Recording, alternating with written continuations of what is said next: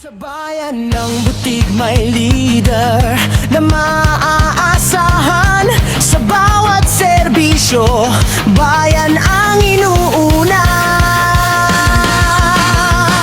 Vice Mayor din natang PL Pansar. Tapat sa serbisyo, puso'y para sa tao. Bayan ng Butig, Lanao del Sur, sama-sama sa pag-unlad tungo sa bagong bukas. Magandang araw Pilipinas, magandang araw Mindanao. Ito ang TV9 News, ang inyong pinagkakatiwalaang pinagkukunan ng napapanahon, makatotohanan at makabuluhang balita. Ihahatid namin ang mga pangunahing pangyayari, pinakabagong ulat at mahahalagang impormasyon mula sa Bangsamoro, Maguindanao, Sultan Kudarat, Sarangani at iba pang panig ng bansa. Ito po ang inyong lingkod sa Himpapawid. Angelito Bagwis, Europa. Narito na ang mga pangunahing balita. Kailan umakyat sa South Central Mindanao, of course, kasi muna itong years, yung mga Vice Mayor Atty.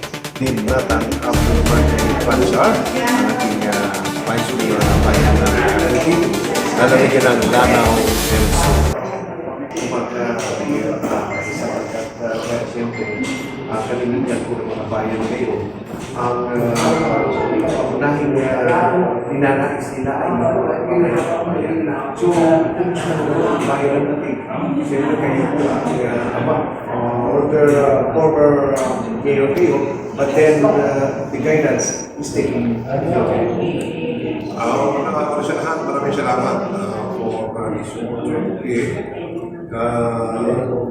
Again, magaling sa lahat. Ang aming paniniwala, there is one of the priority concern of Government Butig sa pananaw natin. There is their key or it's an indispensable requisite for the genuine bilang service. Kaya isunod natin ang December. Kaya ng pag-ayos, pag-settle ng mga existing family groups. Kaya medyo mga ilan na yung mga family views that we have settled already. And sa ngayon, isa sa pinagkamalaki namin na ang Butig is one of the most peaceful municipality, not only Lanao del Sur, but the farm region as whole. Ngayon lang natin naramdaman, ganun din yung mga tao, yung tunay na kapayapaan sa ating mahal na bayan. That is one of the pinaka-major challenge sa amin noon. Alam mo yung pinagdaanan ng Butig. First, noong panahon ng mga MNLF, Butig ay isa sa pinaka-most affected, one of the most affected town in the region. Lanao del Sur in particular. Nangyari kasi na one of the second largest camp of the Mile, Kapusra, is also located in Butig. Kapusra then is the second largest camp of the Mile, second only to Camp Abubakar, no panahon pa ni Usad Hasim Salawat, the founding chairman of the Mile. Ito rin nag-umpisa yung tinatawag natin na boundary crisis of Butig. So that is a very serious challenge sa atin. So dapat tayo sa pagkami ng 2016, in fact, pagbalik, dati naman ako mayor na nagbalik ako ng 2016. And that is a very serious challenge. So, medyo mahirap yung because after yung Butig siege, ilang atake ng mga Butig ISIS, Butig follows by the Marami siege in the 2017, Then, 2019 na ano na tayo ng global pandemic. Yeah. So, yung COVID, laking challenge din sa atin. So, after that, is also unfortunate na nagkaroon din tayo ng or after the ratification of PPOL. So, parang tayo nakapag-start. So, parang sinasabi sa ating mga kabayan that the increase in order that we have now is one of the dividend of the past dividend of peace as a result of we have the equivalent peace agreement. Kaya tuloy-tuloy na yung ating mga efforts na mapatatag ang kapayapaan sa ating bayan ng Putin. And ito nakikita natin mga ating changes because nandiyan yung matatag na kapayapaan and we were able through those numbers of development. One of the important things that gusto natin sustain. And in fact, we have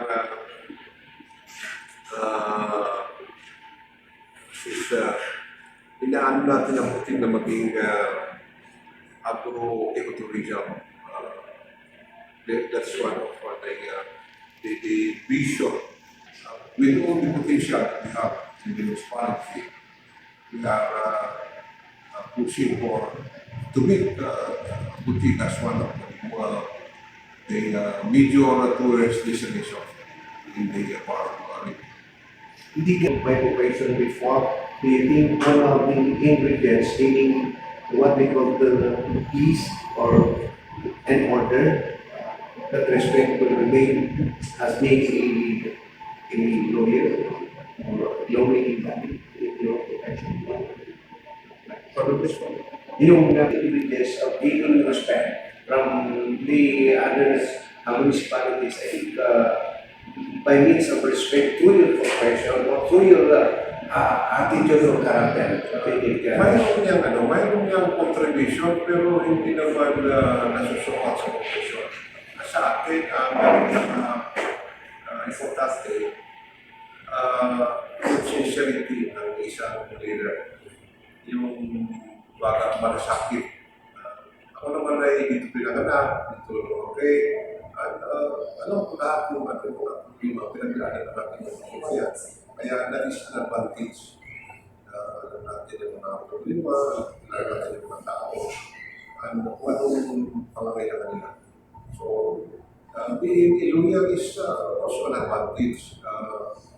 We know how to deal different kind of people, different kind of attitude with fairness and justice being a lawyer. Pero hindi naman sapat yung gano'n. Ang pinaka-importante yung sincerity mo, makita ng mga tao. Because you cannot gain the support of what they community. Hindi naman sa'yo na really working for their good and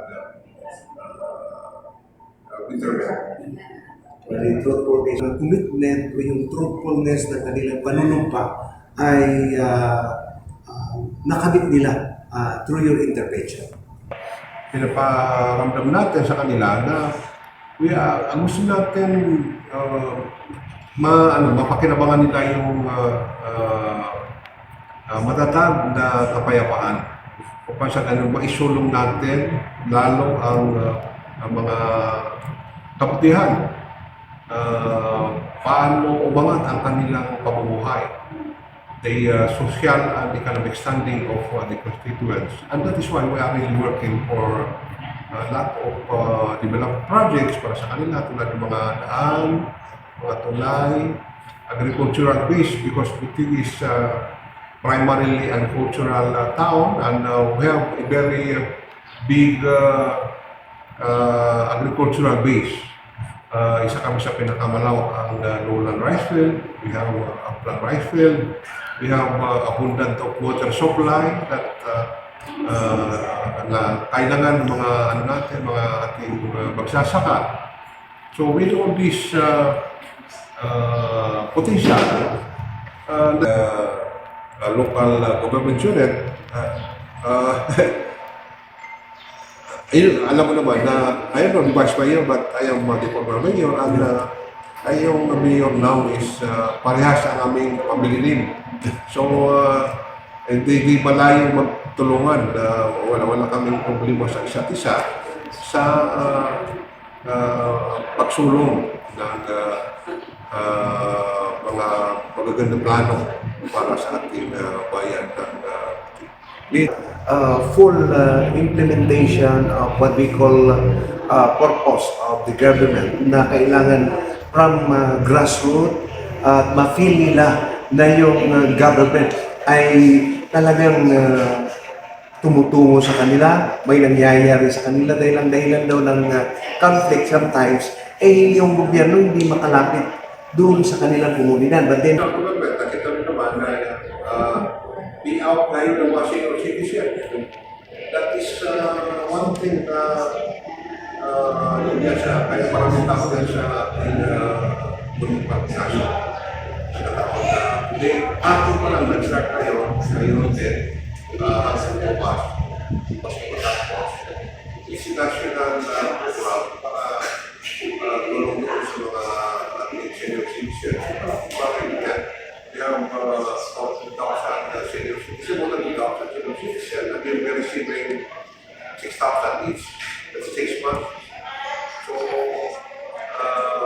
kaya naman ako ng parang natin talagang mapunta yung mga taga-MSW, ito magkakapag-ihaw, ay mahirap pa rin po.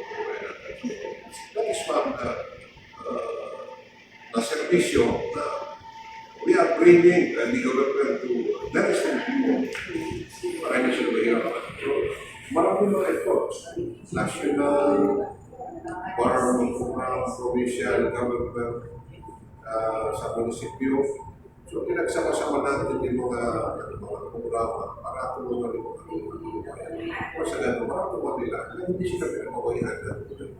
And in return, maaano natin, makuha din natin kanilang support. Pinaka-minimum na support, yung 2 year nila na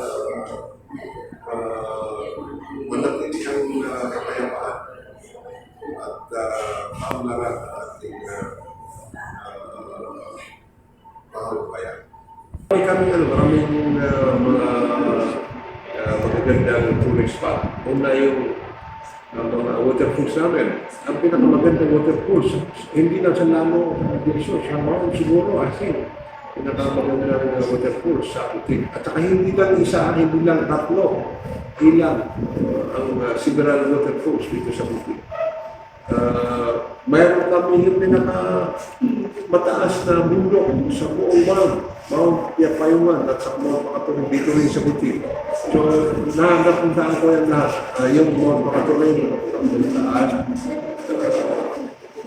yung waterfalls na pinakamalaki, General Waterfalls, pero hindi kami sumpit na parang yung ginagawa namin yung paliguan, mini resort, kumbaga. And mayroon kami mga na naumpisaan na to develop further yung area. Meron din kaming lake boutique. May mga may mga bangka na maliliit para sa mga para namin mga estudyante, mga bisita, para gamitin ito araw doon sa lake boutique. Ilagay natin ng kasada. So, we have several area na pwede natin gawin po tourist destination. And in fact, for your information, 2025, the most visited town in Lanao is Putik. Nang nagkakaroon na yung kapayapaan. Alam namin na mga medyo malayo-layo ang ating lakbay. But we are very sincere and very sincere to reach the maximum potential of our spot. Sa pinakamagandang pinakamangan ng Nakarabe, yung operasyon ng Munting Barirano. Pagpakumpin yung Munting Barirano, from here in Munting to the municipality para isang oras lang, ang swallow niya. At alam natin na meron ng batas enacted by the BTA to transfer the regional government center from Cotabato City to Parang. So, pag matapos silang atsada, matapos din yung malipad din yung government center sa Parang, yung mga taga-Butik, isang oras na magbiyahe from Butik to Parang. So, kahit kung magkuha ng mga office, sa Monday, alis ka dito ng mga alas 7, kung may 1 o'clock ceremony. So, alam natin yung potensyal na, aside from that, yung potensyal na police force. Yun ang isang malaking biggest seaport ng Parang. Hindi sa other karamang karating natin ng mga countries like Sabah, Malaysia, Indonesia. So yung business opportunity malaki. So isa ang business sa makikinawa. So yun ang, kasi sa atin, the philosophy of the government, national, regional, province, and the local, paano natin mapangat yung economic and the social standing of people. Mabigyan natin sila ng sapat na pamumuhay para naman yung mga anak nila mapag-aralan na sa mga magandang maaralan.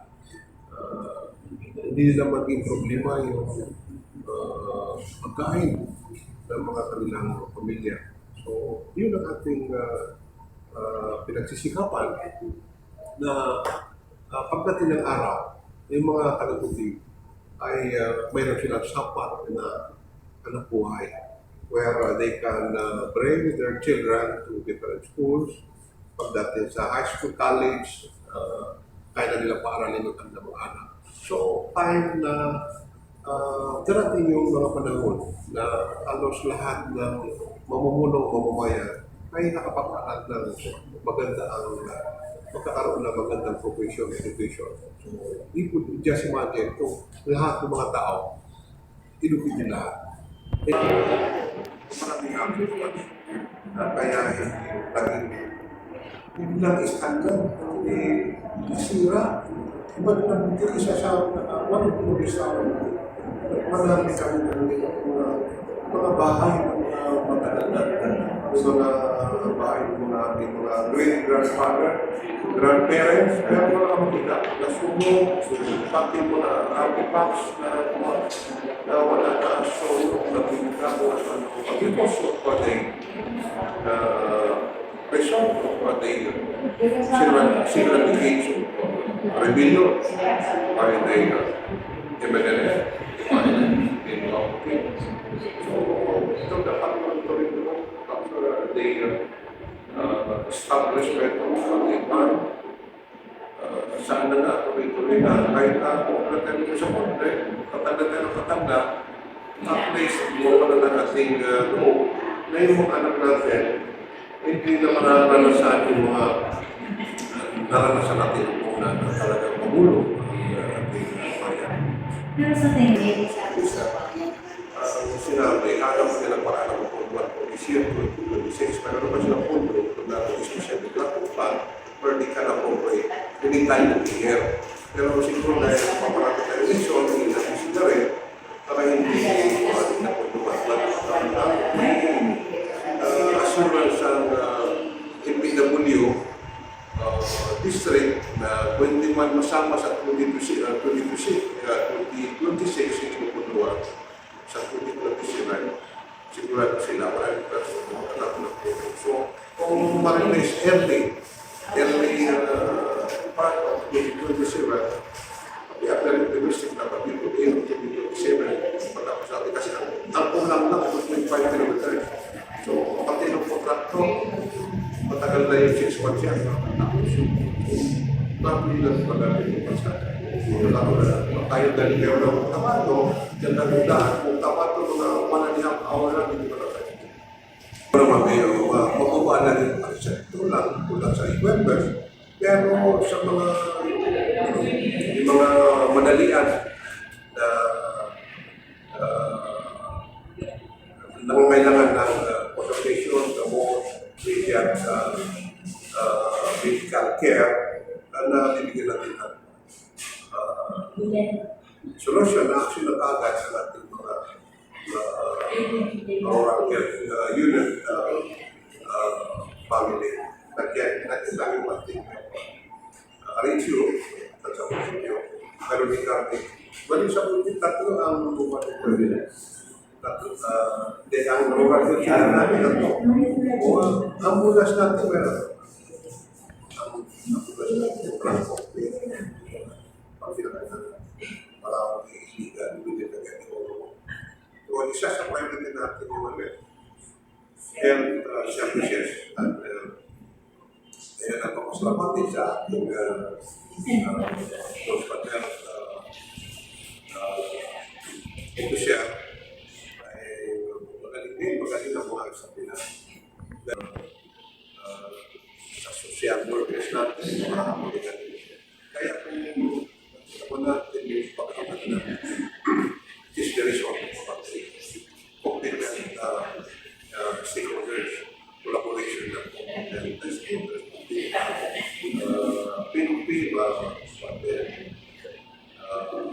malaki din ang role ng nagpana sa panatilihan ng nagsasabi with the support of what the Arab Option prepare na talaga sa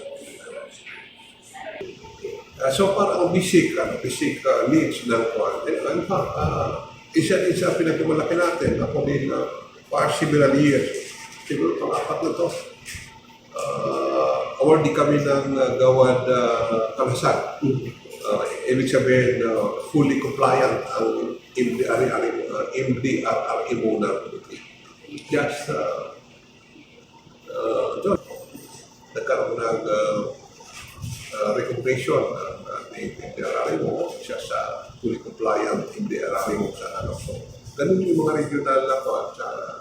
It's not only region, national yun, yung gawad kalasan.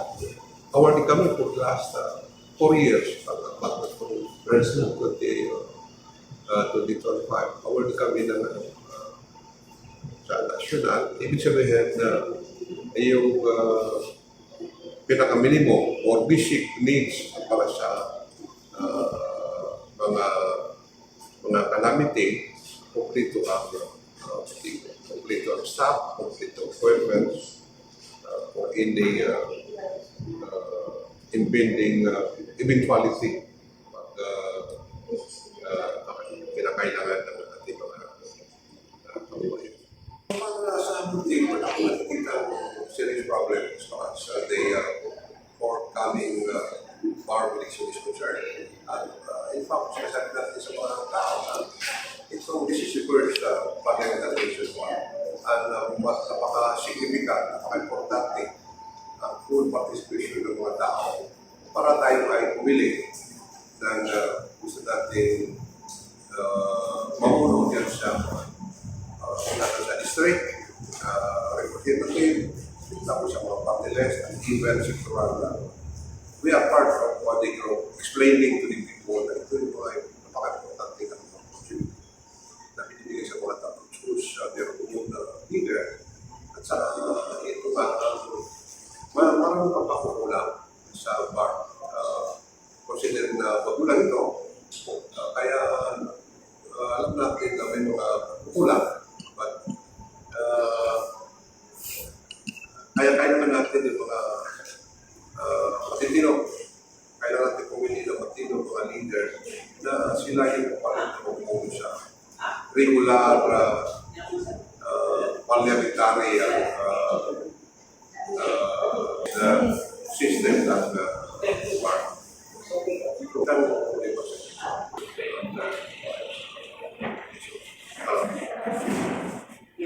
Nakita mo naman yung maraming tao kami natin sa almost every day, every hours, maraming natin bisita. Yung mga different offices, hindi na sa municipal mayor. Siguro dahil magpanataga kami ng loob na ma-actionan kung ano man yung mga problema nila na dapat ma-actionan. Kaya ating panawagan sa ating mga kababayan to continue supporting the local government unit, then we are sincerely working for the good and government.